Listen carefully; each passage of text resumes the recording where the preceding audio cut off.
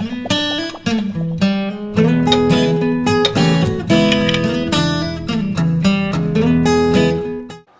Trekkaroo families, it's Katie Bodell, blog editor, and I'm here with Justin, and we are standing on Main Street, USA.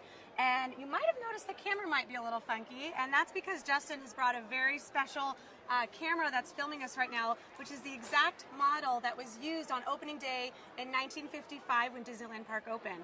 So I brought Justin here with us. He wants to show us some amazing stuff from 60 years ago of Disneyland history, but first you might want to see these things in color. So we'll switch over to our modern technology and let you see things up close. So what do you have for us, Justin? Yeah, well, I was able to bring some really cool stuff from the Walt Disney Archives. And since we were talking about opening day and the press premiere, which was the 17th of July in 1955, we actually have one of the invitations for the press preview and one of the parking passes. And about 10,000 of those or so were distributed to celebrities, VIPs, press, and people who worked on the park.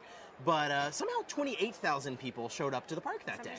Yeah, a lot of counterfeit tickets were floating around then. But that was just the preview, and then they moved to a different ticketing system after that. So these are some of the ticket books that came along later. These are actually from 1959. Okay. And the cool thing about these is this was the introduction of the e-ticket. Right. Which is very famous and iconic, Yes. of course.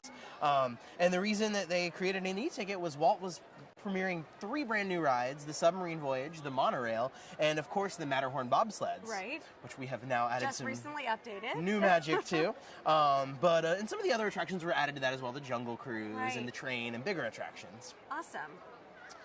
We also have a set of mouse ears here, and of course they're very iconic of Disneyland. I see you have joined right in. My 2015 version. Yes, that's pretty fantastic. This is one of the very first versions, and of course the Mouseketeers made the Mickey Mouse ears famous with the Mickey Mouse Club, and they actually made their debut on July 17th on the Dateline Disneyland television show. Wow. It wasn't until October that their program, the Mickey Mouse Club, premiered.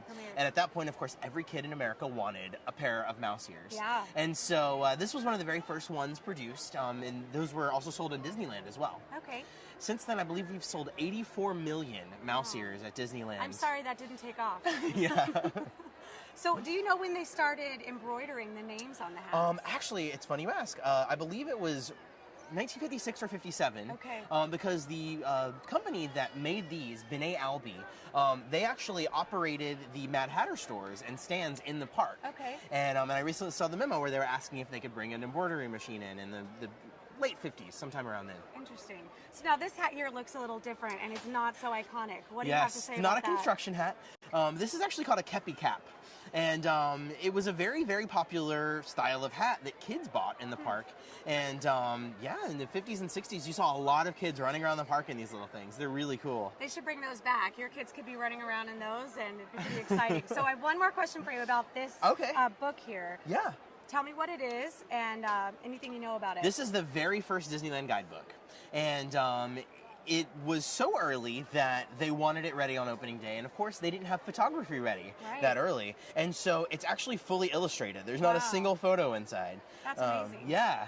And the other cool thing about it is that Walt insisted that it only cost 25 cents because he figured if everybody bought one, you know, people across the country would have one sitting on their coffee table. Yeah, and then that's publicity. And exactly. I just looked it up. In 1955, a gallon of gas was 23 cents. So that does seem like a pretty good price for a souvenir and a guidebook to take home with you.